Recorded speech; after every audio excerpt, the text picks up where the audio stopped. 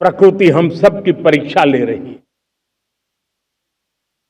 पिछले कुछ दिनों में प्राकृतिक आपदाएं, भूस्खलन, बादलों का फटना, न जाने कितनी कितनी आपदाएं हम झेल रहे हैं।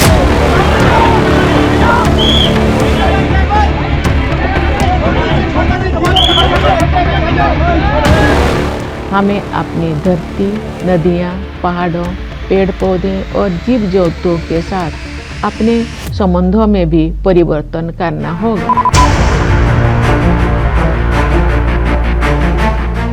आज हर भारतीय गर्व से सिर उठाकर तिरंगे को सलाम कर रहा है। आजादी के 78 साल पूरा होने का जश्न मना रहा है। लाल किले पर भारत की आन बान और शान का दृश्य नजर आ रहा है। लेकिन स्वतंत्रता दिवस की शान के बीच जम्मू कश्मीर के किश्तवाड़ से शोक की तस्वीरें आ रही हैं।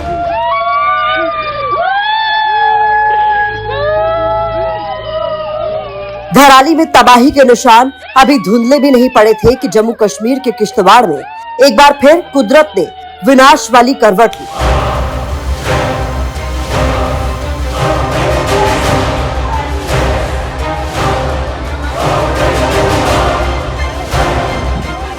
बादल फटने की शक्ल में पहाड़ों से तबाही उतरी और सब कुछ अपने साथ बहा ले गई।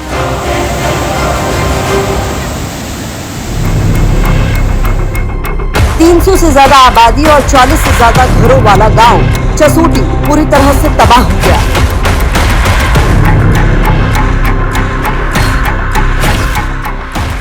चौदह अगस्त को दिखा ये मंजर कुछ ऐसा ही था जैसा कुछ दिन पहले 5 अगस्त को धराली में दिखा था।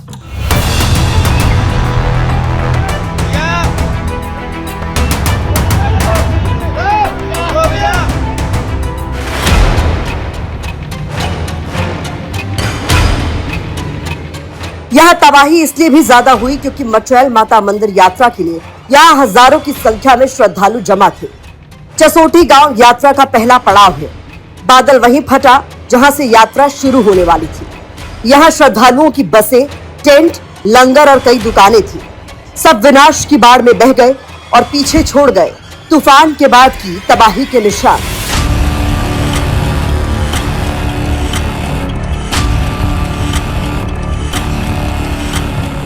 जब बादल फटकर यहाँ के लोगों के लिए आफत बनकर बरसा तो उस समय यहाँ पर ये जो मेरे पीछे आप इलाका देख रहे हैं, यहाँ पे एक होटल था और उस होटल को चलाती थी कविता। कविता भी उस समय अपने होटल में ही थी जब ये बादल फटा और यहाँ के पूरे इलाके को अपने साथ बहा कर ले गया। बाद में मैंने जैसे पीछे देखा तो फट फट पड़ा, ऐसे ही कुछ होने लगा। मैंने कहा हवा तेज हो रही है, टींडे गिर जाएंगे मेरे ऊपर। फिर माता रानी ने मुझे बचाया, मुझे उधर आगे फेंक दिया उन्होंने। उधर से मैंने पीछे देखा है तो इधर से मलबा आ रहा था। आज वो यहाँ अपना आशियाना तलाशने आई हैं, लेकिन अब जो है यहाँ पर जो कुछ है वो मलबे का ढेर है, जो कुछ है वो यहाँ पर बड़े बड़े पत्थर हैं। जम्मू कश्मीर के मुख्यमंत्री उमर अब्दुल्ला लगातार मृतकों और लापता लोगों के बारे में जानकारी दे रहे हैं। मृतकों का आंकड़ा लगातार बढ़ता जा रहा है। मौके पर राहत और बचाव का काम जारी है। ये वो बचाव दल है जो यहाँ पर लगातार ऑपरेशन चला रहा है। ऑपरेशन इस मलबे में फंसे लोगों को निकालने के लिए, इस मलबे में फंसी जिंदगियों को निकालने के लिए, इस मलबे में अगर कोई बचा है उसको ढूंढने के लिए। मेरे जम्मू के किश्तवाड़ समेत धराली और बाकी राज्यों में आई आपदाओं का जिक्र आज पीएम मोदी ने भी अपने संबोधन में किया। उन्होंने कहा कि प्रकृति हमारी परीक्षा ले रही है। प्रकृति हम सब की परीक्षा ले रही है।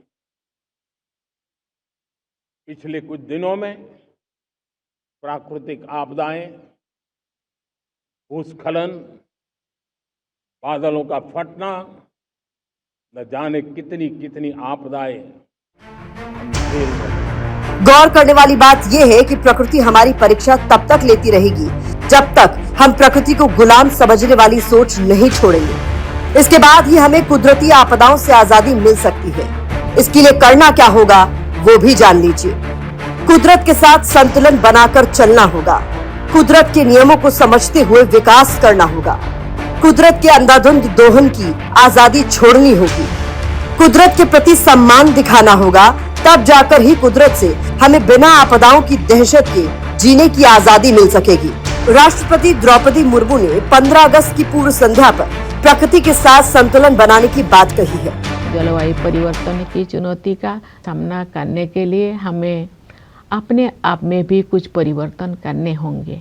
हमें अपनी आदतें और अपनी विश्व दृष्टि में बदलाव लाना होगा। गौर करिएगा, बिना प्रकृति के इंसान का कोई भी अस्तित्व नहीं है, क्योंकि हम सब कुछ बना सकते हैं लेकिन हवा, पानी, पेड़ और जंगल नहीं खड़े कर सकते, और इनके बिना धरती पर जीने की आजादी नहीं मिल सकती। इसलिए जरूरी है कि प्रकृति के साथ खिलवाड़ बंद कर उसे भी अपनी जगह पर बने रहने की आजादी देनी होगी, तब जाकर ही मानवता को कुदरती विनाश के खतरे से आजादी मिल सकेगी।